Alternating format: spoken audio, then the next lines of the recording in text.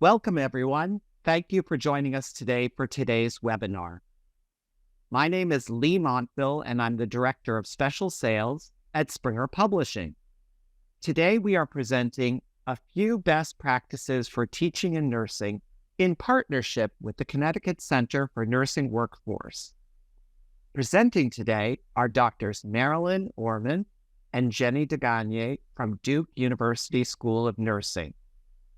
Before we get started, I wanted to mention this webinar will be recorded, and if you missed any portion of the presentation, you can find the video on Springer Publishing's website 5 to 7 business days post-event. If you have any questions today for either of our presenters, please type them into the Q&A box on your Zoom control panel. In addition, at the end, you will see some information from our partners today, the Connecticut Center for Nursing Workforce. There'll be information about them and their program, so please stay tuned for that. Now, without further ado, we will turn the time over to Drs. Oermann and Dr. Gagne. Good morning, good afternoon, wherever you are. I'm Jennie Gagne. I'm so excited to be here today. So before we delve into the principles of learning, it would be beneficial or helpful to understand the background of Chickering and Gamson's work, as our presentation is based on their research. Notably, in 1987, Chickering and Gamson authored 7 principles for good practice in undergraduate education with the aim of improving teaching and learning. Their work is founded on decades of research in undergraduate education, but it extends beyond undergraduates alone, in that the principles also applicable to graduate students, professional students, including nursing, as well as online learning environments. Essentially, these principles address the fundamental elements of effective teaching, which remains timeless and universally relevant. So during our limited time together, we'll briefly touch on each principle and explore their applications as best practices in nursing education. So let me begin with the first principle, which emphasizes the critical role of building strong relationship between students and faculty. Effective learner-teacher communication has always been a cornerstone of successful education, whether it was over 30 years ago or today. So while the essence of communication remains unchanged, the difference lies in the tools or methods we use to facilitate this interaction. So as you can see on this slide, we can leverage the power of technology to provide more personalized and connected learning experiences and communication for our students. When it comes to technology use in teaching, I always emphasize sticking to the tools or basics that we are comfortable with. Although new and fancy technologies may be enticing, we select a few reliable platforms that align with our goals, teaching goals, and learning objectives. This approach ensures a smoother integration process rather than overwhelming ourselves with an array of options. Equally critical is explaining the rationale behind our choice of technology components of our communication methods when we communicate with our students. This transparency not only enhances student engagement, but fosters stronger sense of connection and trust between learners and teachers. Effective learner-teacher communication goes beyond technology. It requires providing continuous support and guidance to students throughout the semester, ensuring students feel valued and supported in their educational endeavors. This fosters a positive interaction between learners and teachers, facilitating better communication and understanding. Another way to enhance learner-teacher communication is by encouraging students to help one another. This approach not only cultivates a sense of community, but also promotes deeper understanding through peer-to-peer interaction.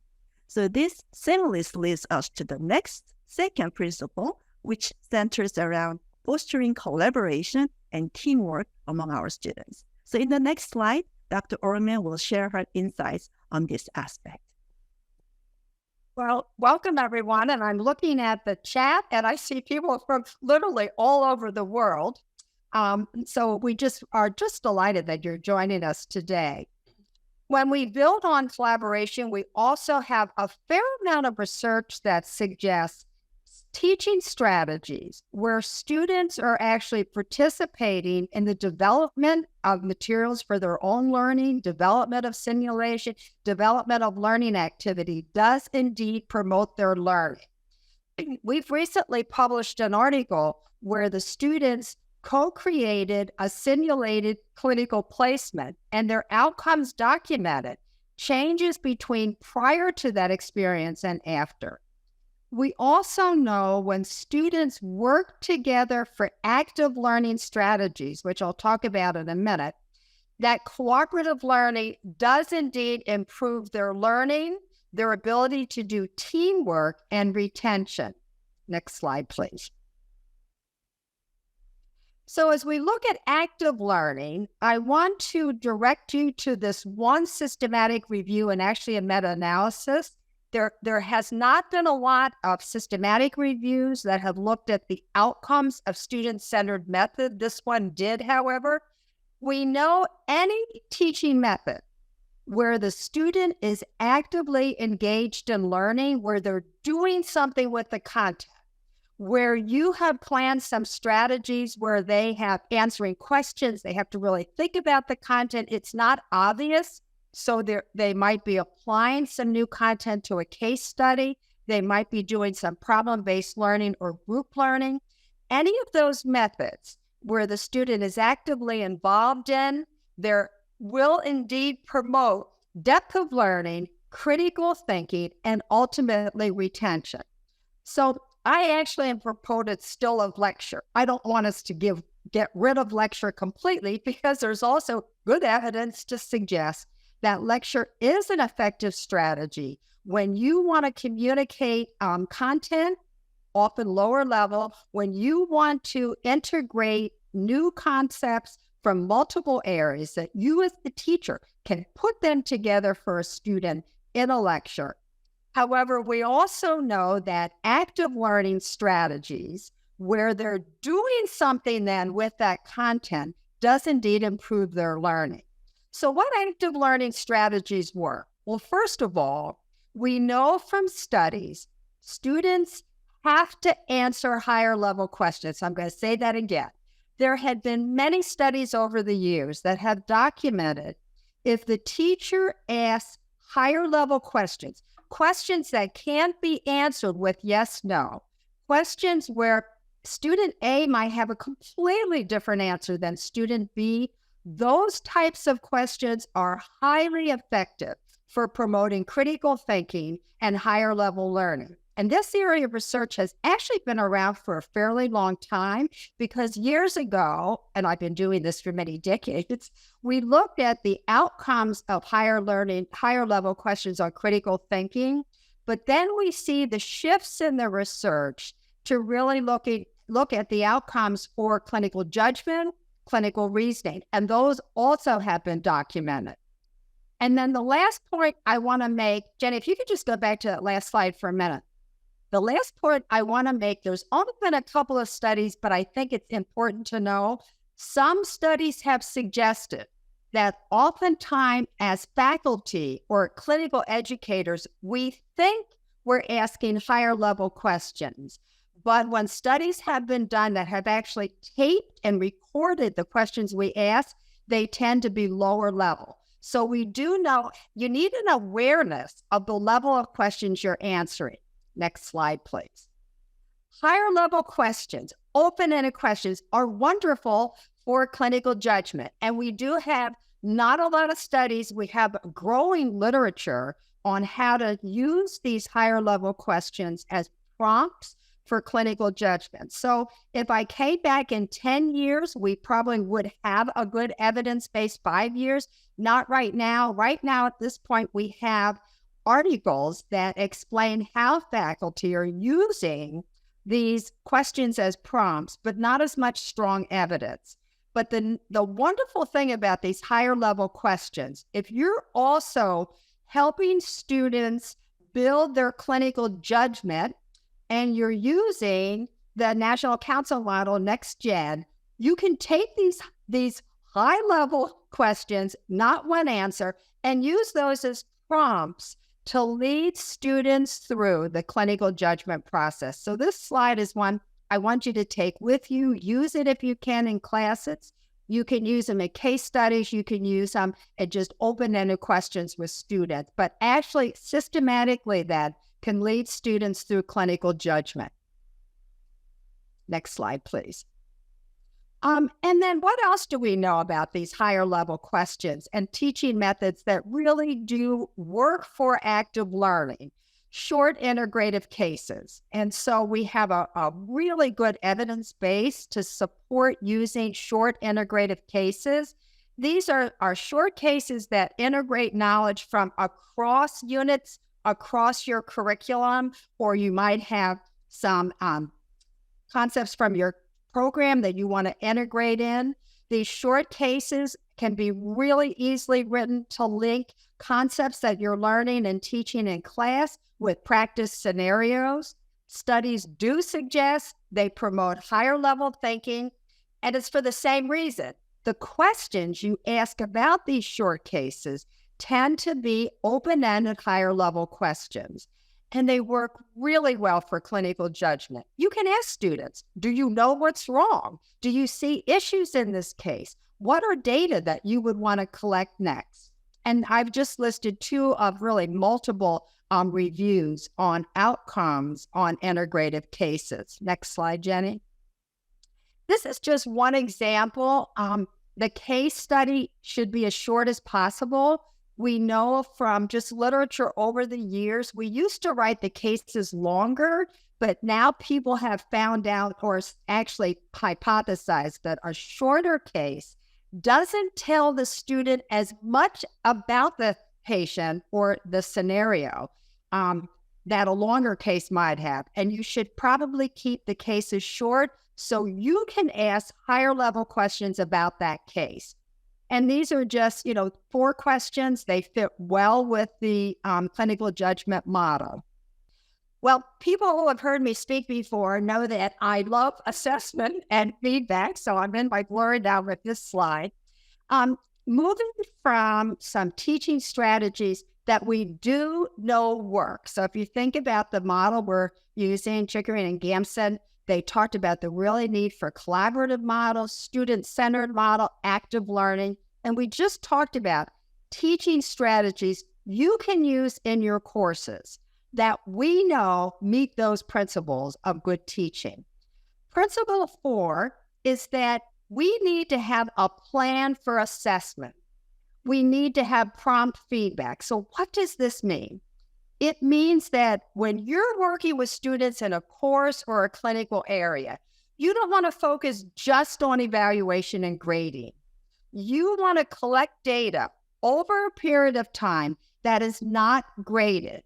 So when you think about the concept of assessment, assessment is the collection of data about learning, clinical performance, development, professional development of students over a period of time.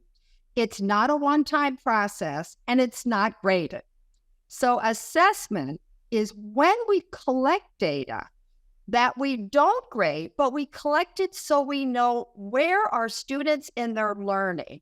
What are gaps in their learning? What can we do as a good teacher to fill those gaps? When you then judge the student's achievement based on those data and put a grade to it, then you've shifted to evaluation and grading. Jennie? And what do we know about evaluation and feedback? I love this model.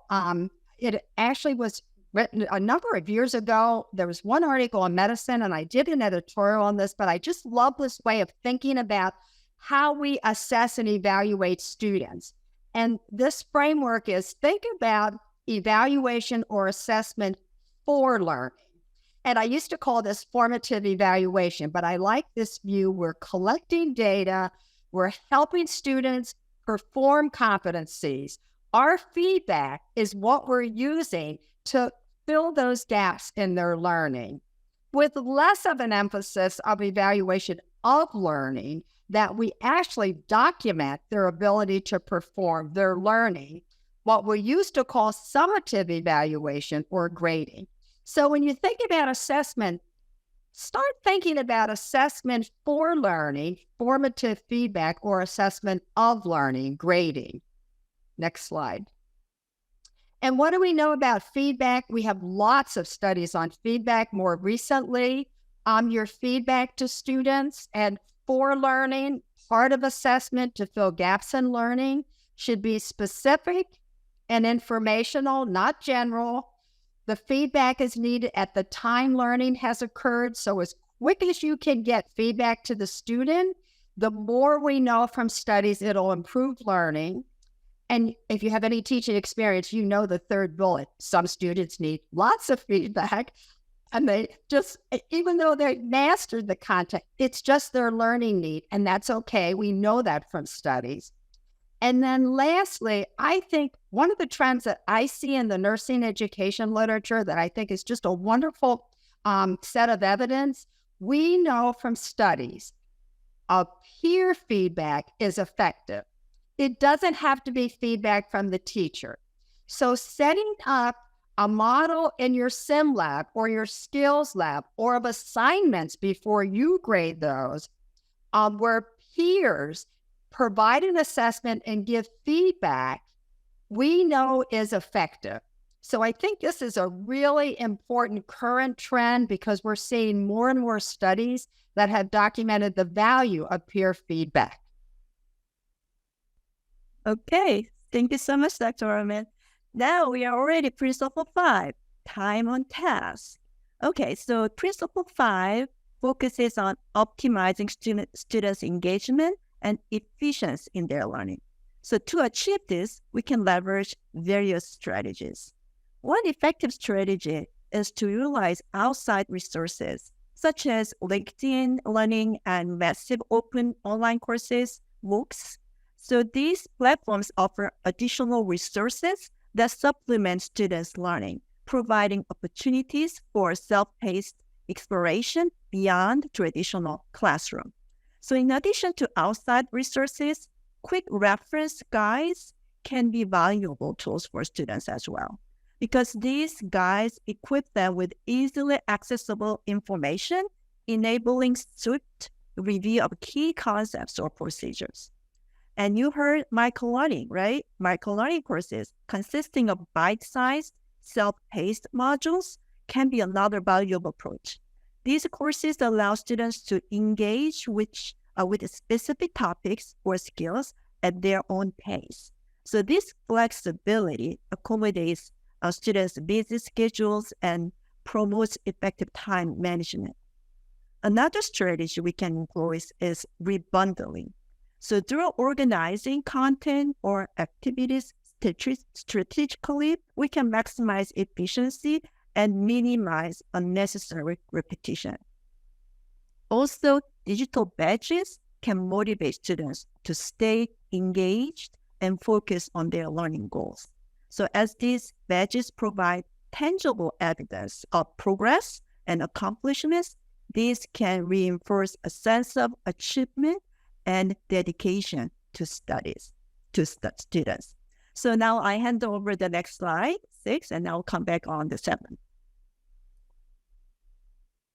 Okay, so as we think about all these learning strategies and teaching methods that we can use with students, I personally think these 3 are critical. We have to continue to set high expectations for students. So even though I just spent all that time talking about feedback, using assessment to fill gaps, we still have to have high expectations for students. Actually, we know from studies on student evaluation of teachers, so kind of the student evaluation of teaching or course literature, students report that courses where there were high expectations for their performance and courses that they found difficult were courses that they learned the most in, and students equally reported that these were courses that they felt they could work hard and meet those expectations.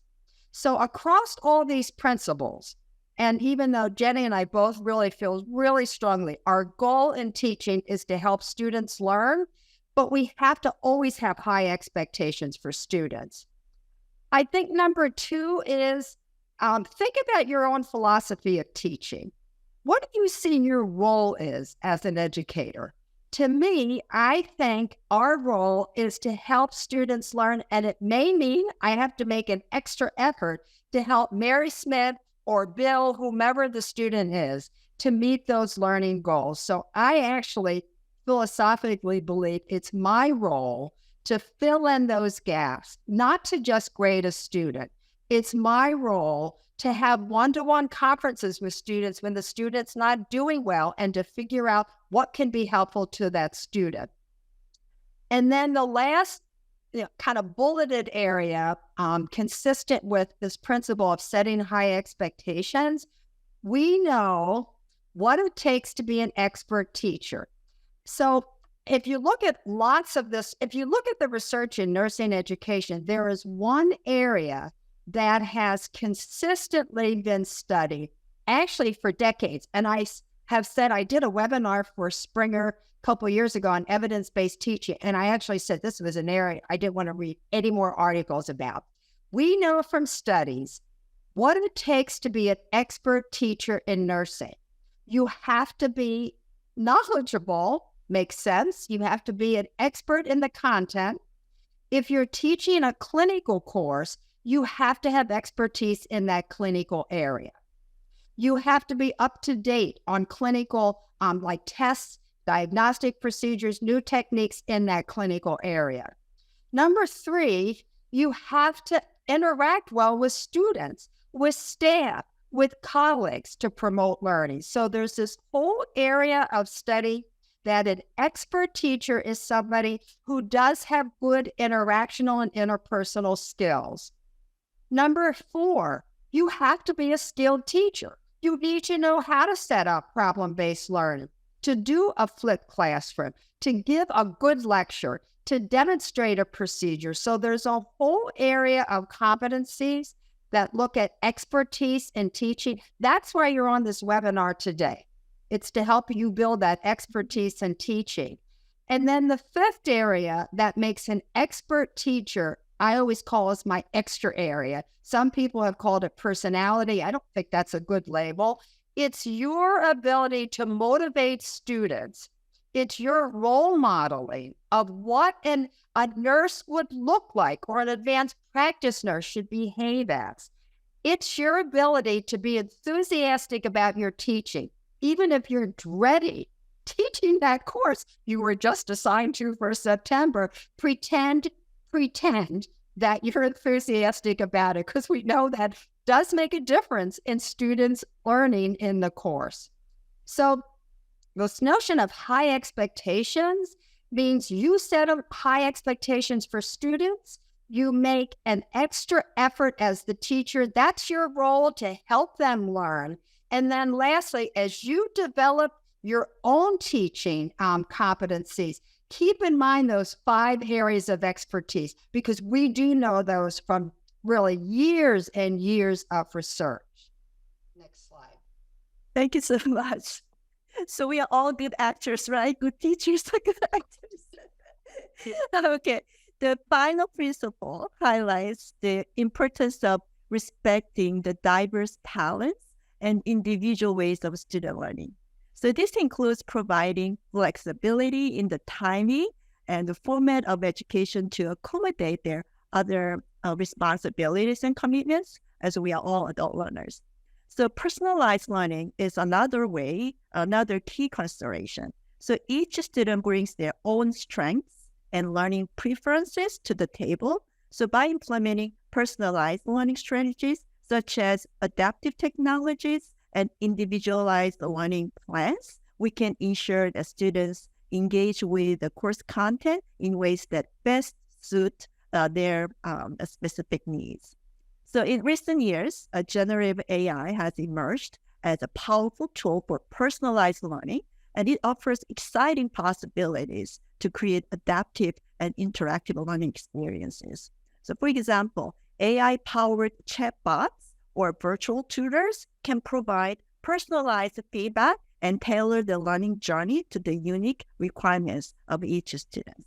So through these strategies, we can foster an inclusive and empower learning environment that it respects and celebrates the diverse talents and individual learning preferences of our students. So I kind of start with technology, but I'm kind of wrapping up with the technology because my expertise is kind of using instructional technology to promote the learning. So I think this is all we have going through this principle 1 through 7. So thank you for listening and participating. And thank you, Drs. Oermann and Gagne. Again, this is Lee Montville with Springer Publishing Company. We do have some questions that have come through the chat and through the Q&A. So let me first start by just mentioning several people asked about the recording and the handouts. Yes, the recording will be shared with everybody who has attended today, everybody who's registered today, and that will be sent to people within 5 to 7 days, and it will include, thanks to Drs. Oermann and Gagne, a PDF of the presentation. Addie asked in the chat about sharing with others. We are more than thrilled for you to be able to do that, so thank you so much. And another question was regarding CE credits. Unfortunately, we are not offering CE credits for this webinar today. Drs. Oermann and Gagne, Molly asked, do you have any suggestions for creating meaningful writing assignments for MSN or DNP students? Well, I'll answer that. I don't think we've really figured out. The one issue with writing assignments is that too many faculty put those in a course and they don't link the assignment with either objectives or outcomes or competencies, whatever you're calling those goals in your course. So the first thing for assignments, whether they be pre-licensure or graduate, every writing assignment, when you plan it, you're planning it because you're saying to yourself, this writing assignment will help students meet this particular competency or set of competencies or outcomes. That's the first one. I actually believe in shorter assignments. Years ago, I wrote this article. Nobody seemed to ever pick up on it, but I still thought it was a good idea on using short assignments in nursing, because shorter assignments that are written, you can specifically design to help students meet a particular competency. And if you're moving to competencies-based education, then you could say that's your assessment for that competency or set of competencies. For masters and DNP, I would say look at whatever the outcomes or competencies for your course are. Maybe a SOAP note that they could write. Maybe it would be a history and physical. Maybe it would be a short paper comparing different differential diagnoses. I'm not a clinician, so I'm just thinking about what articles we've received about that. And then I guess my last point is we know from the writing literature, if your aim is to help students improve their writing, they have to submit drafts. So if one of your outcomes is this writing assignment is to indeed help them improve writing, we know from the general writing literature, they have to submit drafts, that they get feedback on the draft, and then submit a final version. But there's where you can use peer feedback, because there's articles of how faculty have set up activities where the student passes their paper to a peer first. The peer doesn't look at the grammar because the peer probably doesn't know commas either, but looks at the content and what's missing before the student then submits it for a grade. Wow, that was a long answer to that really short question. And also, I like to add the principle 2, the cooperative learning. We can even ask students to come up with some writing questions and discuss that. And because they have some knowledge around the clinical areas, they may come up with very good problem solving kind of based questions as well. So I would also encourage students to write their own some questions and then critique each other and then use those for learning. So I like that. Marianne Schneider just wrote about students using AI, and Jennie's an expert in AI, but I think, eventually people will be using more AI for writing assignments. We published a really, I thought, wonderful article on ChatGPT by Grace Sun. And what they did, they took 4 writing assignments from their DMP program, and they had ChatGPT write the assignments, but then they analyzed issues with it, challenges, inaccuracies, and how they would do it differently. So and it was just a really interesting article looking at using ChatGPT now, and they said in a couple of years, they'll find it'll be different at that point, but you might actually refer to that if you want to look at how people have used it for writing assignments. Thank you both. Dr. Gagne, if you can switch to the next slide after this. I just wanted to take a quick second before asking the next questions regarding people that are interested in purchasing this book. And our partners at CCNW are utilizing this book. So for anybody that's interested in purchasing or adopting it, you can purchase it from our website, springerpub.com, and use the code CCNW to save 30% plus free shipping, and feel free to share that code. And if you can switch to the next slide, Dr. Gagne, that would be great, and I'll ask the next question. So this is just some information about our partners. We thank them again for their support at the Connecticut Center for Nursing Workforce. The next question was from Robin. She was asking for some suggestions for enhancing pharmacology knowledge and retention. Do you have any recommendations or suggestions for that? So Jennie, did you want to answer that? Or Sure. I can think of the retention. I think the repetition is very important to retain certain information. And as I shared some strategies to retain some information, I mean, that's a very lower level of actually the Bloom's taxonomy, right? But before we move to the next level, we have to have this knowledge, understanding level. I think we can help students with some strategies, like I shared, like quick reference guides, and then also practicing, and also using some personalized adaptive learning strategies, so that students can practice repeatedly, so that they can, because we have the saying that to understand one thing, you have to forget 7 times, and then after you really learn that. So I think, to me, that's the repetition, repeating the knowledge and practicing, I think, is the key. And Dr. Oermann, you can have it more if you have other insights. Jennie, we published an article by Jennie a couple of years ago on micro-learning. And wasn't it, I think it was an example with pharmacology, like short bursts and repeating of what the content needs to be remembered. So you could think about that as well. I think the other thing I've seen a lot in the literature is building in those drugs into case studies. So take that interactive case and say to yourself, what drug should they remember from 2 units ago? Build it, put the patient has that drug or has a similar one that they often get mixed up. Those kinds of things I think work well. So any kind of case or a clinical exemplar works. I see we get a lot of articles where people are using games as a way of reviewing the content. So anything, and I agree with Jennie, anything where you teach it, but then you build it in a sim, a case, an example in class, an out-of-class assignment, some technology, later, you probably are really promoting their retention. I totally agree with you. And all learners have different learning preferences. So we have to really give multimodal strategies, audio, it could be audio, visual, tactile. I think we have to really give all different types of learning strategies so that they can learn best from their preferences as well. Another question, and this is kind of a little bit broader from Jennifer, was any suggestions where to start as a first-time nursing professor?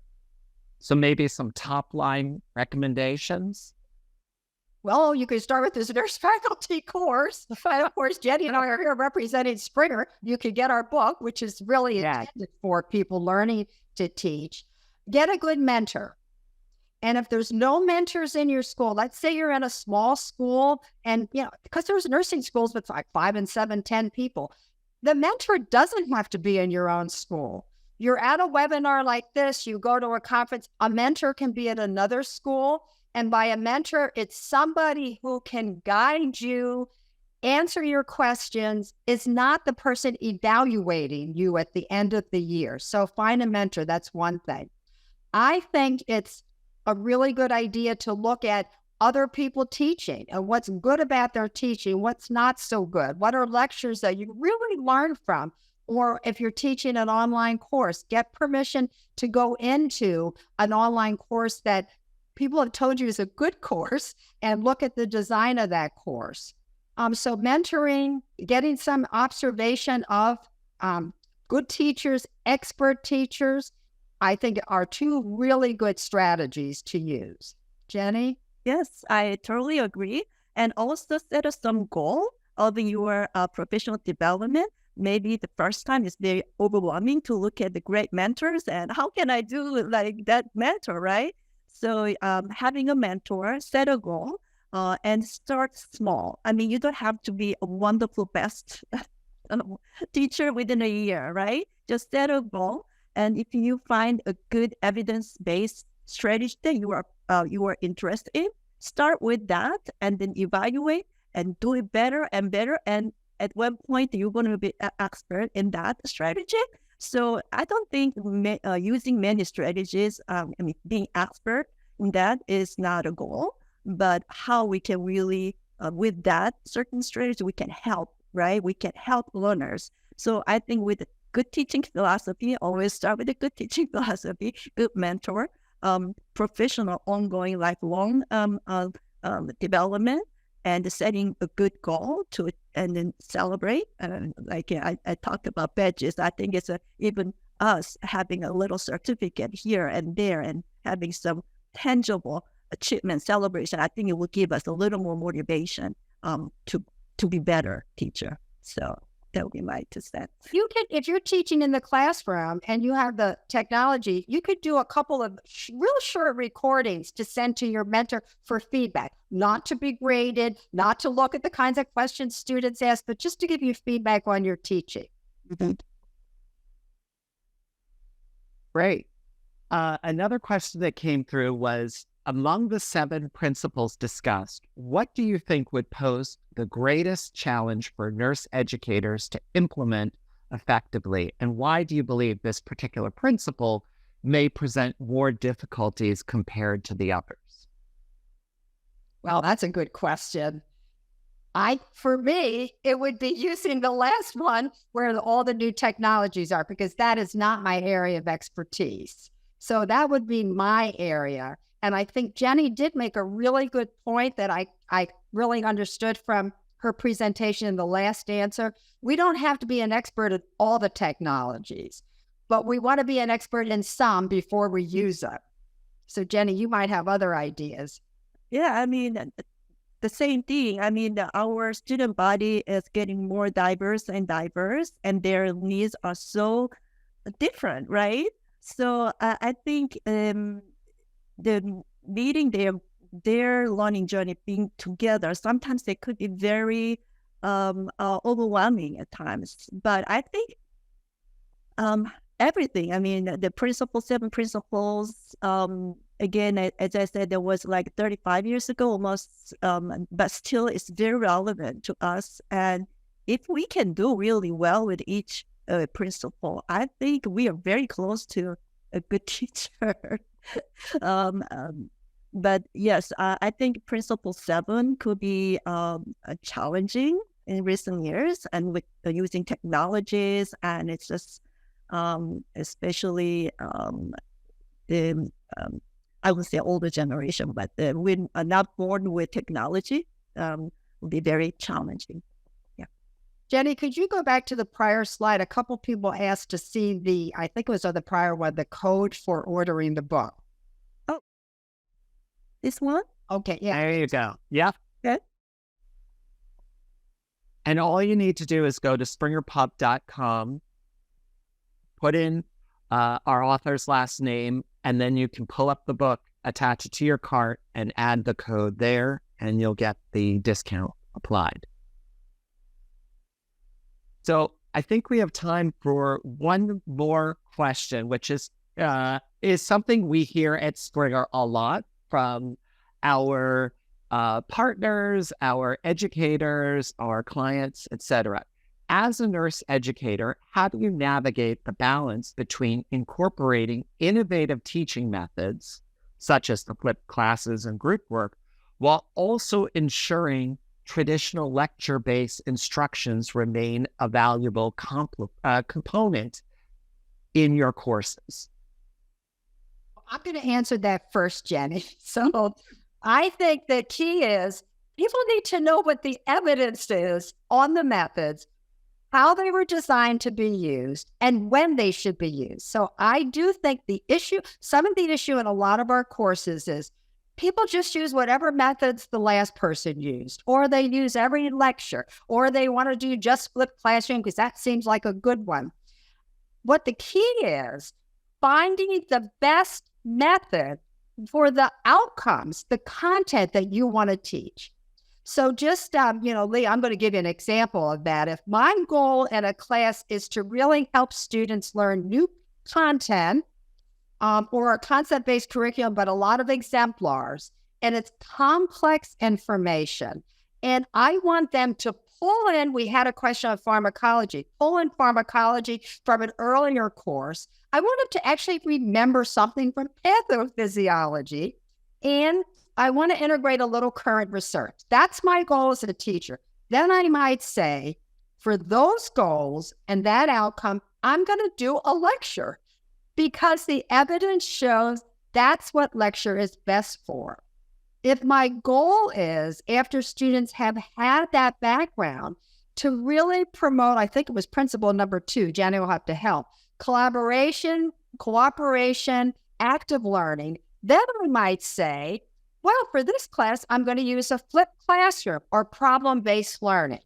So I would answer, learn what the evidence is and think about what you want to achieve, what the learning would be like, then pick your method versus what you've always done or what every other person has always done. Totally agree with you, Dr. Oermann. I always start with, especially if you are a novice educator, you want to start kind of practice, have some kind of blueprint. Start with what your learning objectives for this particular session and what is the content, and think about to achieve this understanding of this content, what will be the best strategies. So you have to have kind of, in a way, it's linear, but it will be kind of circular as well in it, because you have to think about assessment and evaluation, all that. So I think you have to have sometimes in the beginning, if your master teacher maybe comes with like 1 second, okay, with that like very fluent. But in the beginning, I think we have to practice with a kind of format and see the learning objectives, the content, and the strategy was the best evidence to support this learning objectives, and then what will be assessment, what will be the activities, and what will be timeline, even timeline, and what will be the evaluation. So I think you have to have some kind of a structure to start, and then you can move forward with like the naturalization. When we have this psychomotor skill is now at the end, it's going to be naturalization. It's like automatic. So I'll start with that kind of mimicking, right?